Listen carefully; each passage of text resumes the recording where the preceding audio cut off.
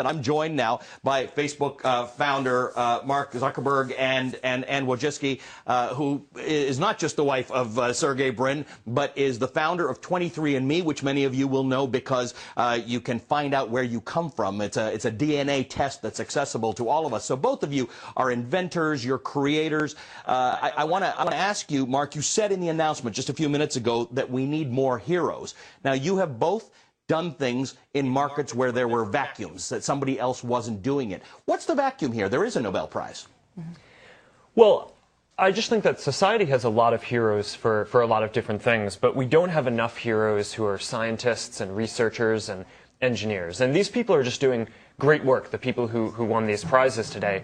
And you know, what we're trying to do is we're just trying to set up this institution and do what we can from the sidelines of that work to reward and recognize the amazing stuff that all these folks are doing to cure diseases and expand our understanding of humanity and improve all these people's lives in different ways. So we feel like that if we can recognize that work, then it can inspire a lot more folks to do similar work as well. And when you announced the first round of winners, I have to say, of them, I probably could identify or recognize 2 or 3 of the things that they're noted for doing. They are working on highly specific things.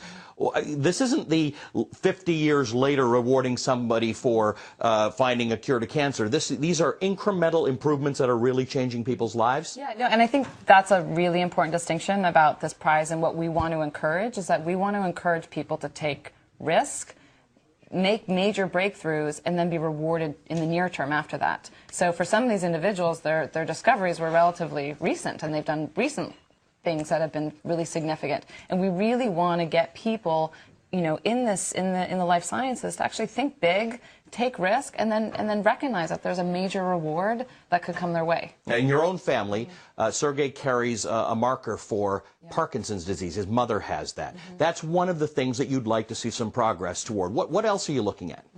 So, I mean, we're going to look across all of life sciences, but we're specifically interested. Our family's always been really motivated to make major breakthroughs in Parkinson's disease. And Parkinson's is really interesting to me because Sergey, my husband, he actually does have this genetic marker, LRRK2, that makes him high risk for Parkinson's disease. So it's a clue. And that's actually, it's a really unusual situation where I actually think a lot of science is going to go, where we're going to start to understand that people have something earlier, and we actually have the opportunity now to potentially prevent it. And that's super exciting, and that's one of the things I really want to encourage, is getting more and more people thinking about, wow, how we could potentially identify some of these people earlier, and then we could actually prevent disease rather than potentially curing it. And my goal is to make anyone who's actually coming up with a therapy that you're taking, you know, to actually know who was that person who invented that. Reward them and encourage others to go into it. You, by the way, your company that you founded, 23andMe, is that clue that many people can have. It's the first step in average people taking a swab and finding out what their genetic heritage is. Mark, so you've got Ann and you've got Sergey from Google. You've got Art Levinson from Apple, chairman of Apple. You've got Yuri Milner on this group that has financed a lot of companies that you might actually think of as competitors. This is sort of the face of the new technology. You're not all people who normally work together. Certainly in business, you're kind of competitors.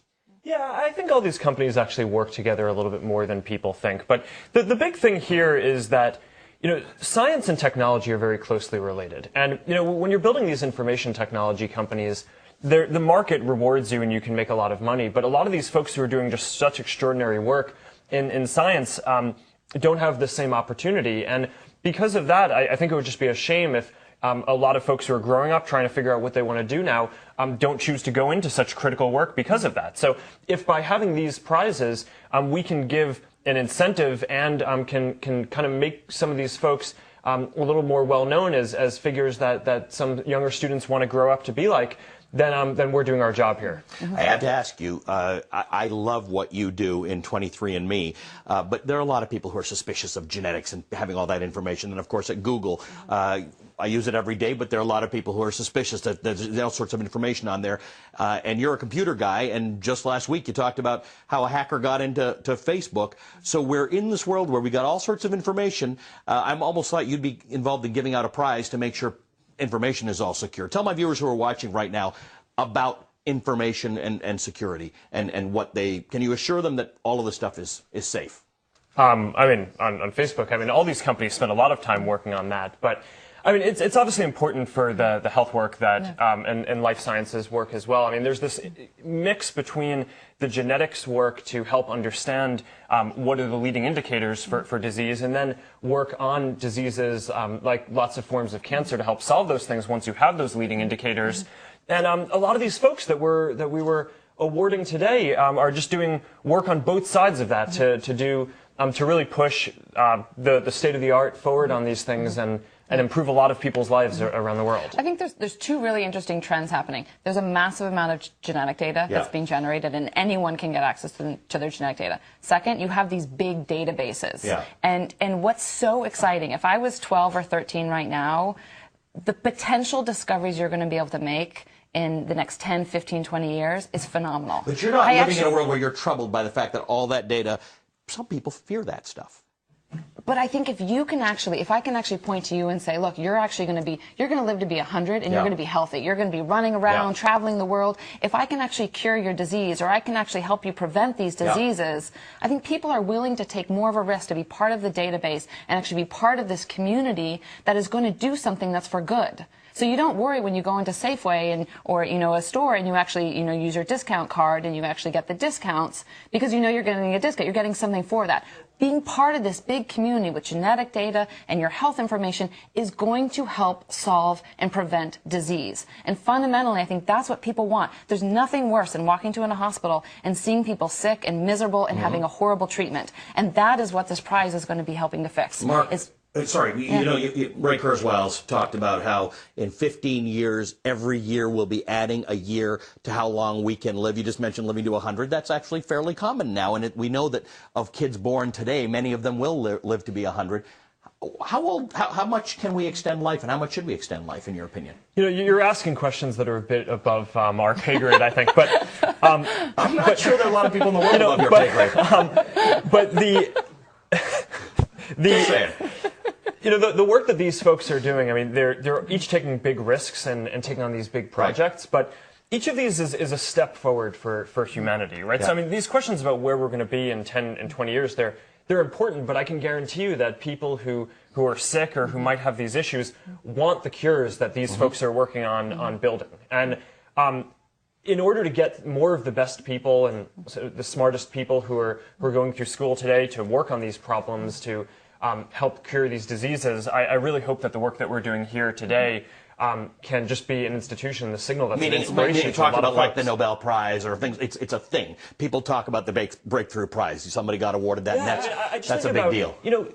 This prize isn't really about the people who are winning it today. It's about the college and grad students who are in the lab trying to figure out what they should be researching. It's about younger kids who are still trying to figure out what they want to be when they grow up. And Sergey had a similar experience to yours, did things in the college dorm room that became big businesses.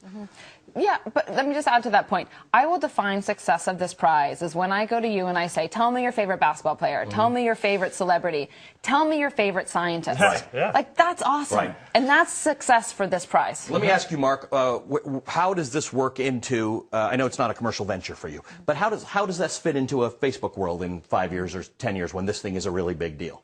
Oh, it doesn't. I mean, there are things that, I focus on Facebook because I think it's a really good thing for the world. I really believe in our mission of helping people connect and making the world more open and connected. But there are lots of things that I think would be awesome to see exist in the world that Facebook isn't the right vehicle to work on those things through. And it's awesome to be able to work with a lot of folks who are really smart and have been successful in other areas and draw on their experience to do things like this as well. Are you, while we're here live on CNN, any announcements you want to make about Facebook? No. Well, I guess that's it. Do you know if Sergey had any announcements he wanted to make about Google? Not that I know of. All right.